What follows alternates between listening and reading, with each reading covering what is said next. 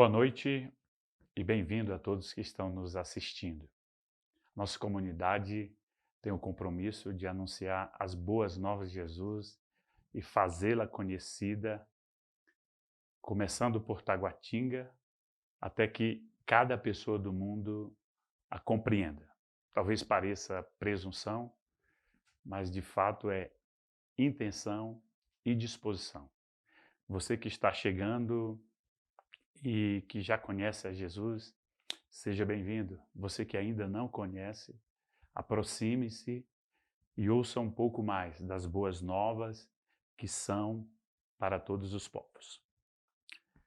Durante todo o mês de março, nós tratamos do tema Vida 100% em Cristo, na perspectiva daquilo que nós recebemos como benefício de Jesus, do muito que nós recebemos como benefício de Jesus. Logicamente, não houve e nem há a intenção de esgotar o assunto, haja visto que tratamos de poucos aspectos, né, dos benefícios de Jesus a nós. Há muitos outros, há milhares de outros, e nós louvamos a Deus porque podemos desfrutá-los por estar em Cristo Jesus, ok?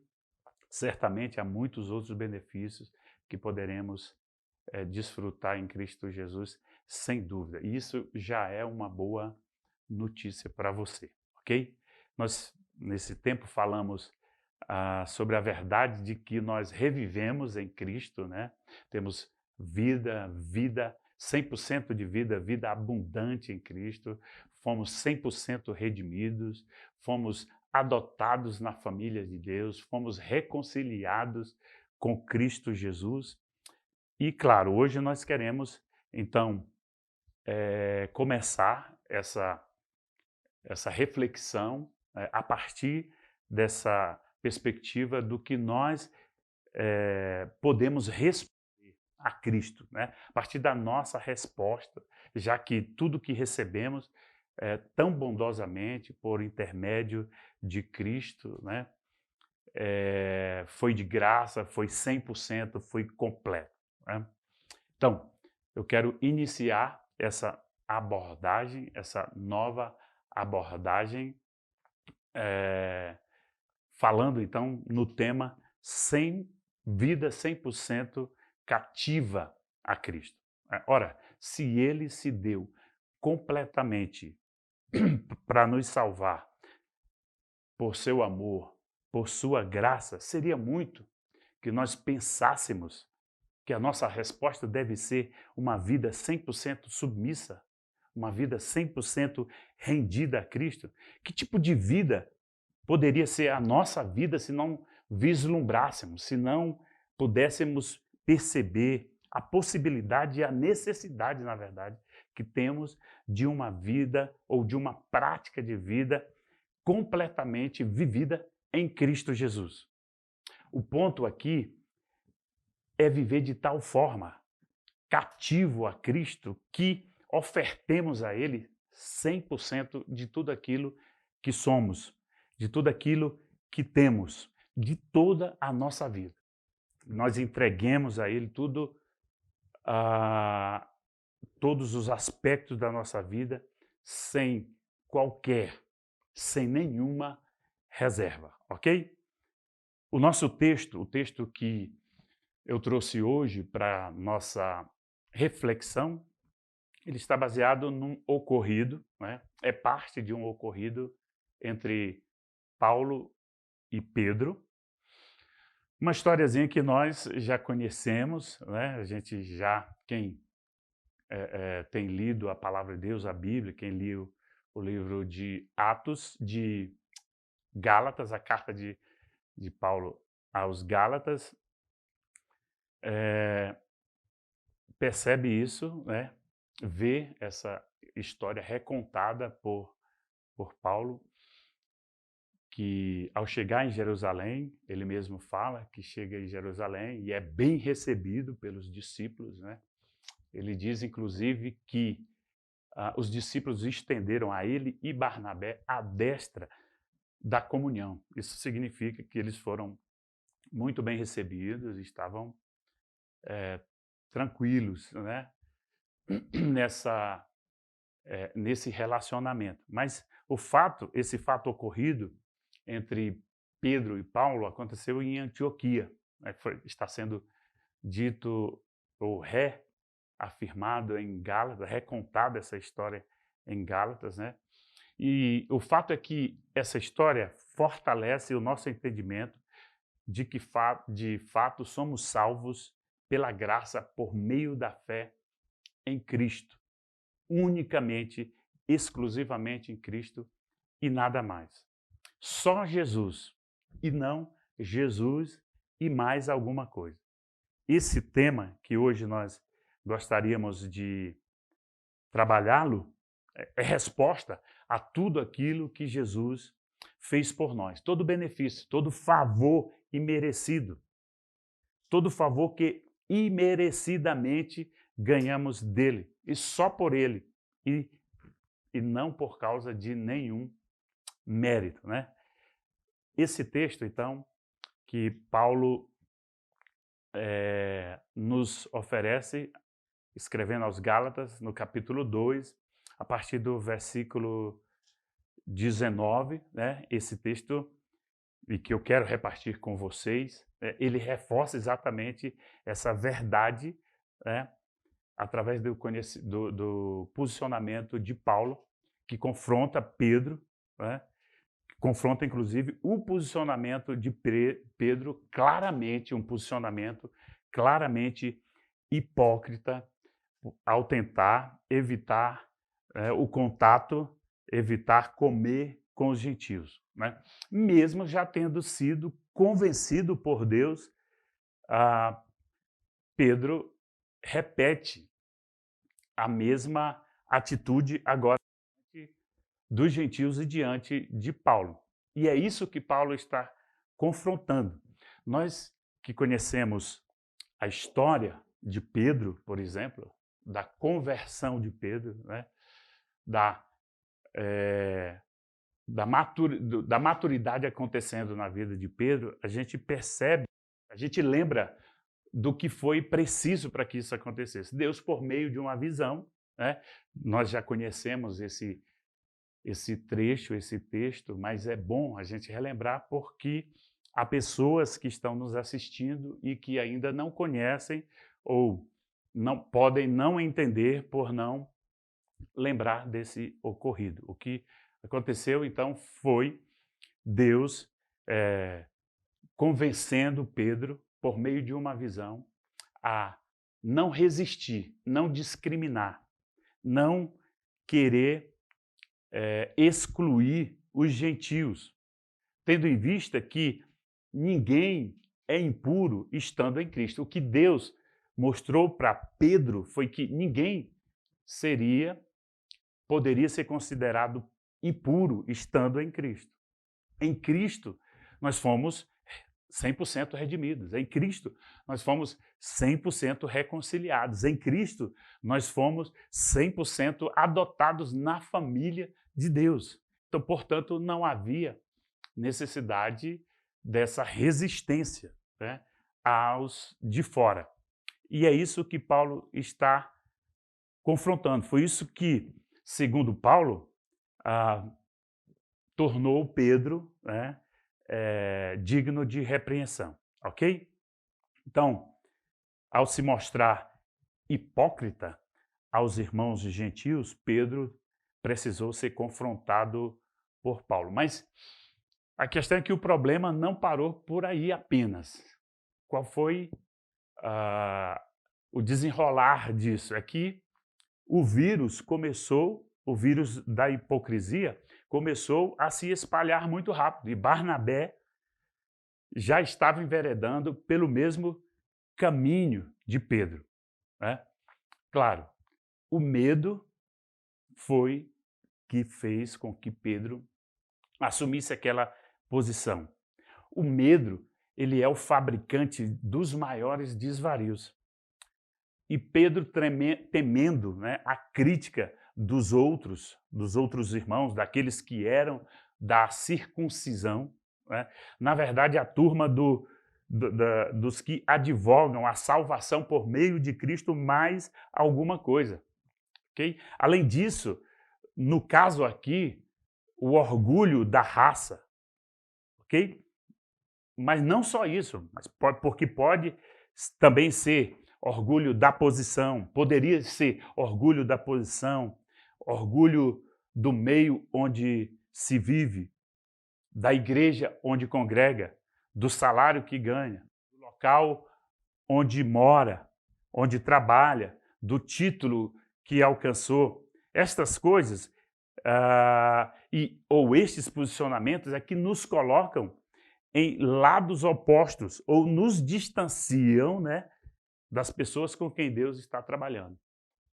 Nos colocam em oposição a essas pessoas, às pessoas que, pelo contrário, deveríamos nos aproximar, porque certamente muitas delas são pessoas com quem Deus está falando e nós precisaríamos então estar atuando onde Deus está atuando, né? Mas o que acontece?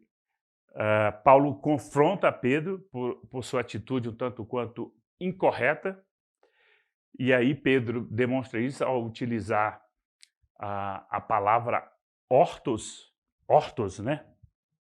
Que significa endireitar, ok? Que significa correto. Ele usa essa palavra para lembrar não só a Pedro, mas a todos nós a verdade do Evangelho de Deus, ok? Para nos lembrar a verdade do Evangelho. Que verdade é essa? A verdade de que Deus nos aceita em Cristo como somos e estamos. Por isso que Paulo foca não no comportamento, mas na atitude de Pedro, a atitude hipócrita que está por trás dessa compreensão de Pedro. Tim Keller diz o seguinte sobre isso, né? O Evangelho é uma verdade, ela é uma mensagem, não um conjunto de alegações. Okay? Portanto, nós precisamos viver 100% a nossa vida conforme o Evangelho. Andar conforme a verdade dele, desse Evangelho, em todas as áreas da nossa vida. Não só no aspecto espiritual, mas também em cada aspecto de nossa vida, em cada outros aspectos da nossa vida, no lazer, nesse momento de isolamento, nas nossas emoções, em como lidar com a própria perspectiva da enfermidade, do vírus, do coronavírus, né?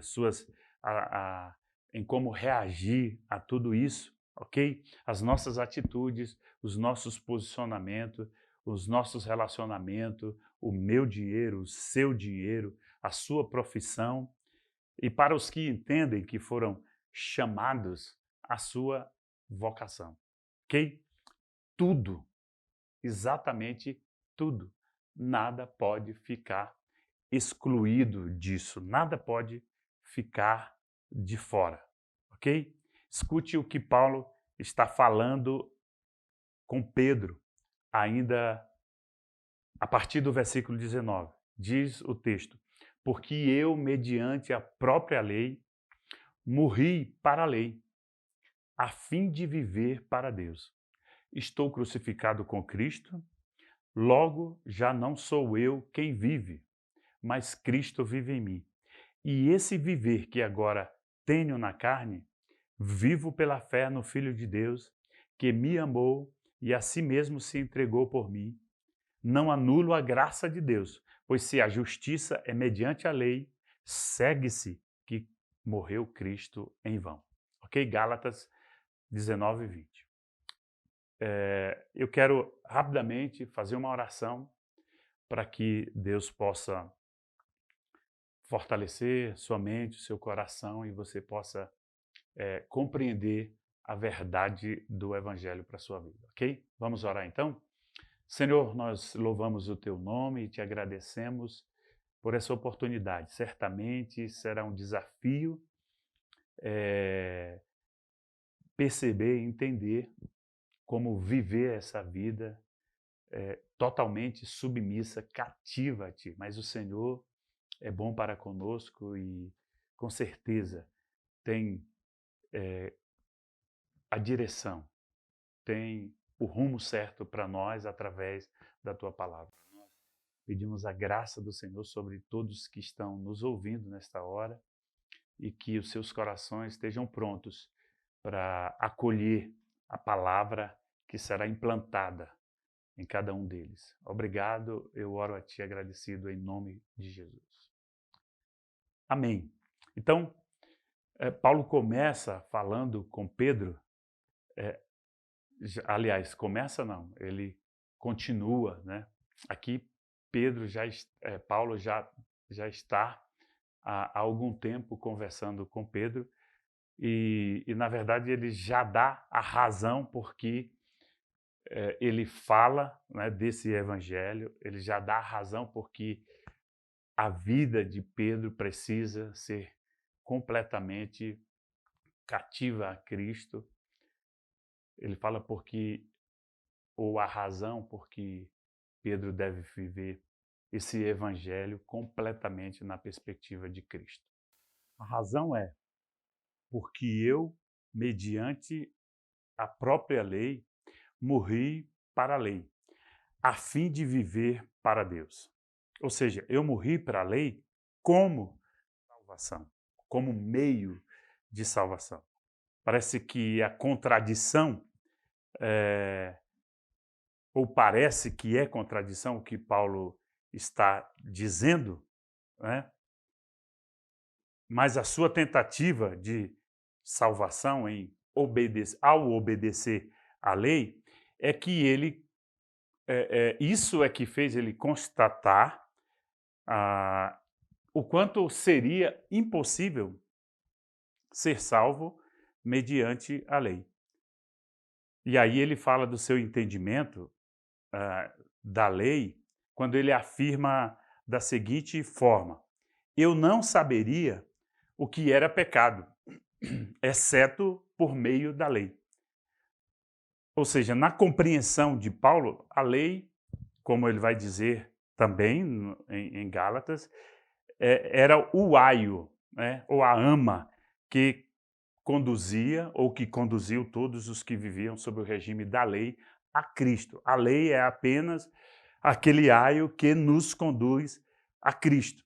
Esse, na verdade, é o evangelho que Pedro deveria submeter, que Paulo estava se submetendo, e é o evangelho ao qual todos nós devemos nos submeter, né? Porque ele não tem nada a ver, o evangelho não tem nada a ver com aquilo que fazemos, mas tudo a ver com aquilo que Cristo fez por nós, ok? Viver tentando se salvar, viver tentando achar um meio para justificar o seu esforço, do tipo, eu sou salvo porque sou uma boa pessoa, né? Eu sou salvo porque eu procuro viver uma vida cristã correta, eu sou salvo porque eu vou na igreja dominicalmente, ou porque eu assisto a pregação online no domingo, ou ainda por observar qualquer regra, determinadas regras, qualquer que seja a regra, de fato, como diz Paulo, em outras palavras, não viver para agradar a Deus. É não agradar a Deus nesse tipo de vida. O que devíamos fazer? O que devemos fazer? O que Pedro deveria fazer, na perspectiva de Paulo, é viver a sua vida 100% para Jesus, né? Esse que nos amou, que se entregou por nós, que nos amou de tal maneira, ok? Que não sabemos explicar, mas que deu a sua vida por nós, que se entregou por nós, ok?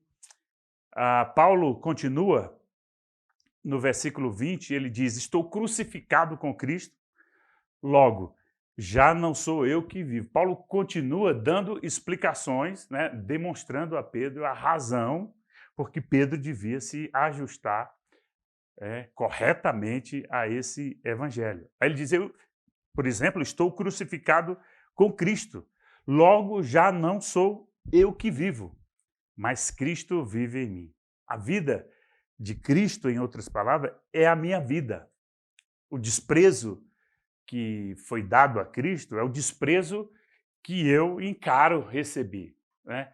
Todo o passado de ignomínia, né, de Cristo é tudo isso que eu encaro para a minha vida, se preciso for. Todo o passado de Cristo é meu. Eu aceito viver a vida de Cristo ah, na perspectiva do próprio modelo, da própria forma como ele viveu, ok?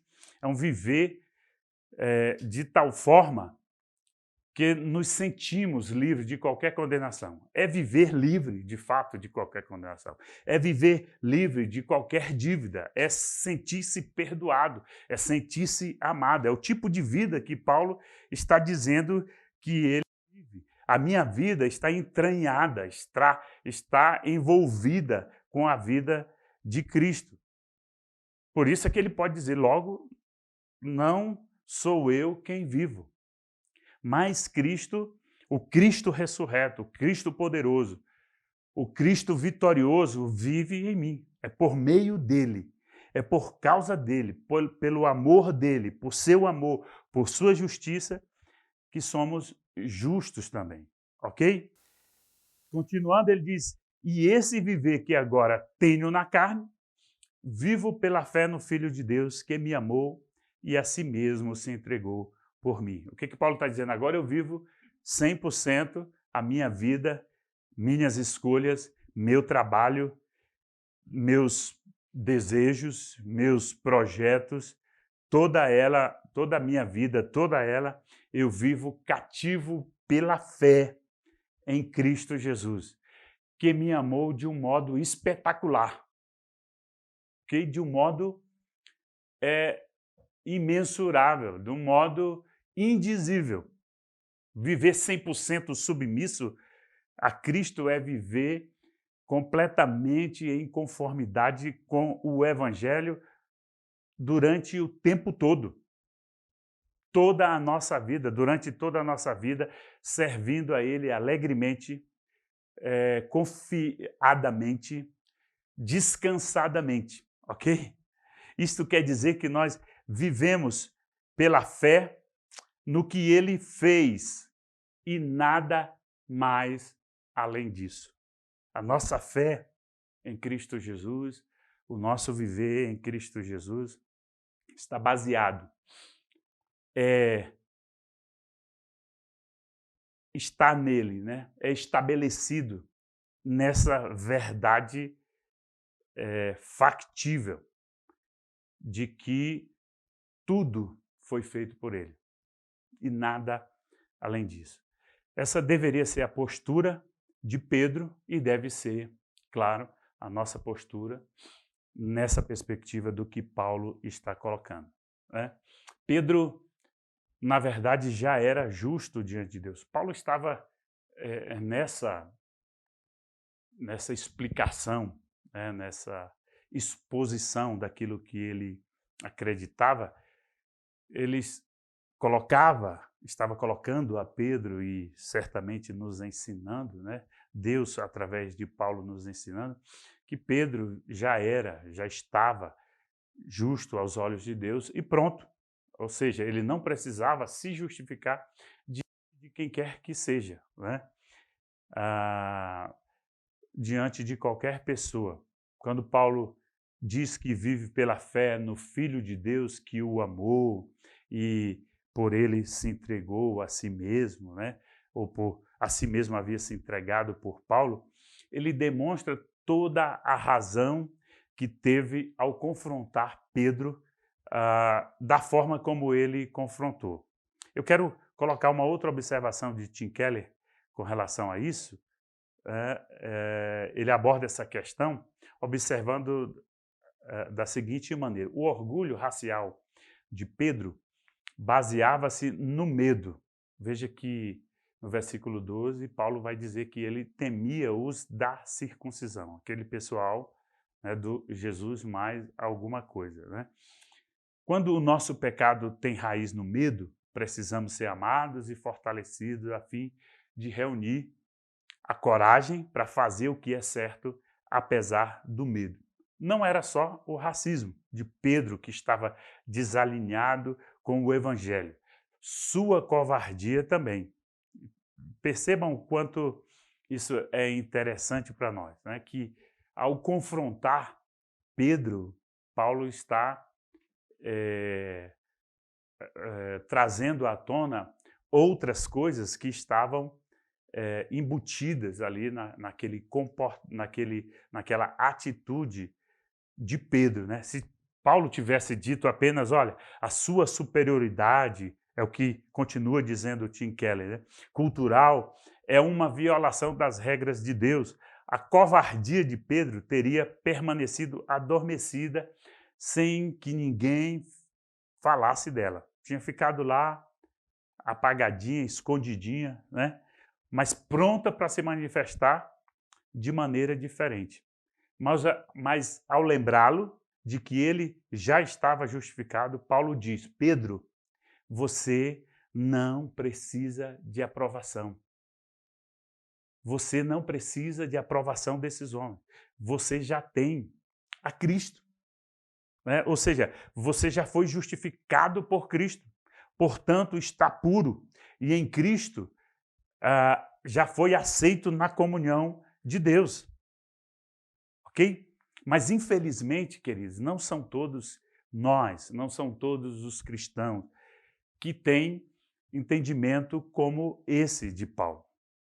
Imagine você lendo uma estatística feita por instituições reconhecidas que dá conta de que o padrão de comportamento dos cristãos, aqueles que afirmam ter nascido de novo e que participaram regularmente das igrejas, não é nada diferente daqueles que se declaram não cristãos. O índice de casos de divórcio, o adultério e o uso de pornografia entre os adultos cristãos e os não cristãos é o mesmo. O percentual de doação que os cristãos fazem em suas igrejas caiu ao mesmo tempo em que a renda per capita aumentou muitíssimo. O que mostra que o materialismo e o estilo de vida individualista entre eles não diferem muito daqueles que se declararam sem religião. Do grupo dos cristãos, a atividade sexual dos adolescentes e jovens antes do casamento e o índice de doenças sexualmente transmitidas ficam apenas um pouco atrás do que a média nacional. Episódios de racismo, abusos e violência doméstica também apresentam índices alarmantes entre o segmento que diz conhecer Jesus. Isso traz à luz a profunda hipocrisia do cristianismo e a completa irrelevância do testemunho da igreja atual. E se fosse dito para você que um dado estatístico ainda, que aparece nessa pesquisa, diz que apenas 9% dos cristãos adultos e 2% dos cristãos adolescentes e jovens têm uma cosmovisão bíblica, um olhar, né, para o mundo, uma visão de mundo bíblica. Ou seja, mais de 90% do chamado povo de Deus, na verdade 93% do chamado povo de Deus, não interpretam nem a realidade, não interpretam a cultura, o mundo, o trabalho, as relações, a sexualidade e outros aspectos da vida a partir de um fundamento bíblico. Eis a razão, está aí a razão de não ser tão difícil, queridos, entender porque os cristãos, muitos deles, em nada diferem dos não cristãos em seu testemunho ético e moral. Essa estatística comentada em um artigo pelo reverendo Ricardo Barbosa, e eu estou aproveitando aqui para trazer esse exemplo para nós, né? E a partir disso a gente pode perceber e até entender porque muitos dos cristãos já estão, né, já se enamoraram de muitas visões do mundo, como a visão feminista. Muitos deles já seguem sem nenhum constrangimento as ideias de Gramsci, defendem o aborto, a opção de gênero e muito mais. Você acha que Paulo foi duro ao confrontar Pedro? Você acha que ele não tinha razão para tentar trazer Pedro para o verdadeiro evangelho? Talvez, e com certeza, nós vamos precisar. A igreja vai precisar, de alguma forma, aproveitando a perspectiva de Paulo, confrontar os seus membros, confrontar os crentes sob a sua perspectiva de vida, se eles de fato querem viver, se eles vivem, ou pelo menos se querem viver, vida 100% cativa, submissa a Cristo Jesus. Imaginem uma estatística dessa, né? O quanto que a igreja do Senhor não perde. Imaginem se Paulo tivesse deixado de confrontar Pedro. E talvez o nosso grande problema seja, ou esteja nessa perspectiva. Somos muito vagarosos, né, nessa questão. Muitas vezes deixamos de confrontar as pessoas. Muitos com medo, outros por não saber mesmo, outros por não entender, não compreender que essa é uma perspectiva bíblica, né? E outros até fazem, uma boa parte fazem mesmo, mas muitos dos cristãos estão na perspectiva desses 93%, não têm uma cosmovisão bíblica e não podem entender, não vão entender essa perspectiva de vida cativa a Cristo, de vida segundo o verdadeiro evangelho, ok? Paulo conclui a sua fala com Pedro dizendo: eu não anulo a graça de Deus, pois se a justiça é mediante a lei, segue-se que Cristo morreu em vão. O que Paulo estava dizendo é que a minha abordagem, o meu entendimento, a minha prática de vida não pode anular a graça de Deus, né? Pois que se a justiça é mediante a lei, segue-se que Cristo morreu em vão. Na verdade, o que ele quer dizer é que a lei não pode justificar ninguém. E por isso, graças a Deus, é que a morte de Cristo não foi em vão. Então, se a justificação for de algum modo pela lei, na fala de Paulo dizendo a Pedro, para que ele pudesse entender melhor, a morte de Cristo, então, não faz sentido nem para a história, nem para Pedro, não faria sentido nem para a história, nem para Pedro, nem para Paulo e nem para nós, certamente, né? Se pudéssemos nos salvar, se eu pudesse me salvar, se cada um de nós pudéssemos nos salvar, que sentido teria a morte de Cristo na cruz? É isso que Paulo relembra a Pedro, né? Relembra a Pedro que tipo de vida vale a pena viver. Aquela que vivemos, a verdade do Evangelho em todo o tempo e em todas as áreas da nossa vida, ou não, ou uma outra totalmente diferente. Ok? É por isso que Paulo conclui dizendo que toda a sua vida, escolhas, trabalho, são fruto da lembrança constante, são fruto da sua constante lembrança de quem ele é por meio da fé em Cristo Jesus, ok? Esse Cristo mesmo, que você também confia, que eu confio, que nos amou, que amou a Paulo de tal maneira que foi capaz de fazer o que ele fez por Paulo e o que ele fez por nós, de dar todos esses benefícios que nós ouvimos nessas nas exposições anteriores, né, de nos redimir 100%, de nos adotar 100%, de nos reconciliar 100%, de nos perdoar, de nos salvar completamente, de nos dar vida e vida abundante, ok? Entender isso deve nos fortalecer para que o nosso arrependimento seja natural, seja com alegria, né? Que ele nos ajude a vencer cada um dos nossos temores, cada uma das nossas desconfianças, né? Para que possamos obedecer a Cristo que tanto demonstrou, né, amor por cada um de nós, né? A perspectiva deve ser exatamente essa: ou Cristo fez tudo ou fará tudo por você, ou ele não fará nada, ok? Porque não há como harmonizar, não há como andar junto mérito e graça. Ou você é salvo pela graça, ou você é salvo por mérito.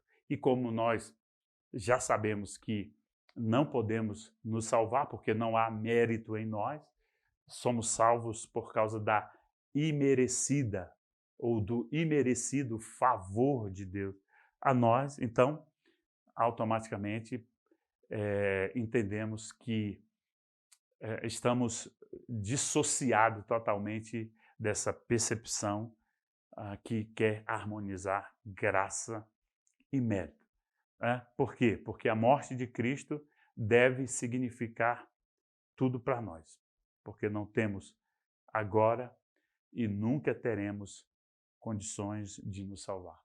A graça de Cristo é que nos salvou completamente. A morte de Cristo deve representar, portanto, tudo para você. A morte de Cristo deve ser tudo na sua vida. É a única possibilidade de salvação. Foi para você que já é salvo a sua única possibilidade de salvação. É para você que ainda não conhece Jesus a única possibilidade de salvação. A morte de Cristo na cruz do Calvário. Entender isso faz toda a diferença para você, ok? Que Jesus nos abençoe, que Jesus nos guarde, e eu quero terminar com as mesmas perguntas que Tim Keller faz no livro Gálatas para você, né? Do qual eu retirei muitas dessas afirmações, dessas percepções que eu tive aqui nessa exposição, ok? Então, para a gente refletir e praticar, cabe aqui algumas perguntas que inclusive estão no livro que eu recomendo, né? Que acho que eu já recomendei, se não recomendo, que é o livro do Tim Keller, né? Gálatas para você, ok? Então, uma delas é: a morte de Cristo é tudo para você? Como é que você tem olhado a sua vida? Como é que você tem vivido a sua vida na perspectiva de que você foi beneficiado com a morte de Cristo? Que tipo de resposta você tem dado a isso, ok? A esse entendimento que você teve com relação ao sacrifício de Cristo na cruz do Calvário. Que diferença isso faz em seu amor por Ele, em seus atos na vida? Que tipo de diferença essa compreensão ou a compreensão do que Cristo fez por você é visto no seu viver diário? Pode ser perceptível durante o seu viver, o seu cotidiano, ok? Uma outra pergunta é: como você explicaria a justificação pela fé a alguém que nunca esteve em uma igreja? Ou seja, alguém que certamente vai achar, vai entender e até defender que ele, né, tem direito à salvação, ou porque Deus é bom, ou porque ele é bom, ou porque ele não fuma, não bebe, não joga, ou qualquer coisa nessa perspectiva. Será que você está preparado? Será que você entendeu mesmo e pode dizer para essa pessoa que a justificação pela fé é exatamente a justiça de Cristo imputada a nós, e por causa disso nós somos aceitos em nossa comunhão com Deus? E para finalizar, uma última pergunta: como é que você explicaria a diferença entre ser moralmente correto e ser cristão para alguém que pensa que ser bom o torna aceitável para Deus? Ok? Uma pergunta que está ligada à outra, então não está difícil se você ouviu, né, se você prestou atenção naquilo que foi falado, ok? Então é fácil que você concluir, é fácil você perceber como gigante a diferença entre aquele que quer ser moralmente correto e um cristão, né? Nós, de fato, fomos pela graça aceitos, fomos pela graça incluídos, fomos pela graça reconciliados, e toda a nossa vida, por causa de Cristo, tomou toda uma dimensão diferente. E por isso é tão grande essa diferença, ok? Então, que o Senhor te abençoe, que o Senhor te guarde. Eu quero orar ainda com você, pedir ao Senhor que abençoe sua vida, abençoe a sua família, a sua casa. Quero dizer para você continuar conosco, compartilhar o nosso link com os seus amigos, com os seus contatos, né? Se você gostou, reparta com outras pessoas aquilo que você recebeu, o Evangelho vai com você, ok? Então reparta com outros, compartilhe com outro aquilo que o Senhor tem dado abundantemente a você, ok? Quero orar com você para que o Senhor te fortaleça nesse tempo, para que o Senhor te ajude nesse desafio aqui, ok? Então, vamos orar? Senhor, nós louvamos o Teu nome e te agradecemos por Tua bondade e Teu amor, pelo desafio, Senhor, que temos com a Tua palavra, pelo desafio que temos de viver o Evangelho verdadeiro, viver vida 100% cativa, submissa, Senhor, rendida de fato a Cristo Jesus, que a nossa vida possa refletir a bondade do Senhor, que a nossa vida seja uma resposta de fato a tudo isso que nós temos recebido de Ti, uma resposta de gratidão, uma resposta de compreensão, de entendimento em tudo isso que recebemos tão abundantemente do Senhor. Obrigado pela vida dos nossos irmãos, pela família dele, dessas pessoas, dos que já conhecem Jesus, daqueles que ainda não conhecem, que eles possam ser encontrados, ter a revelação de Jesus e poderem confiar as suas vidas para Cristo salvar. Nós oramos agradecidos a Ti em nome de Jesus. Senhor te abençoe, te guarde em nome de Jesus.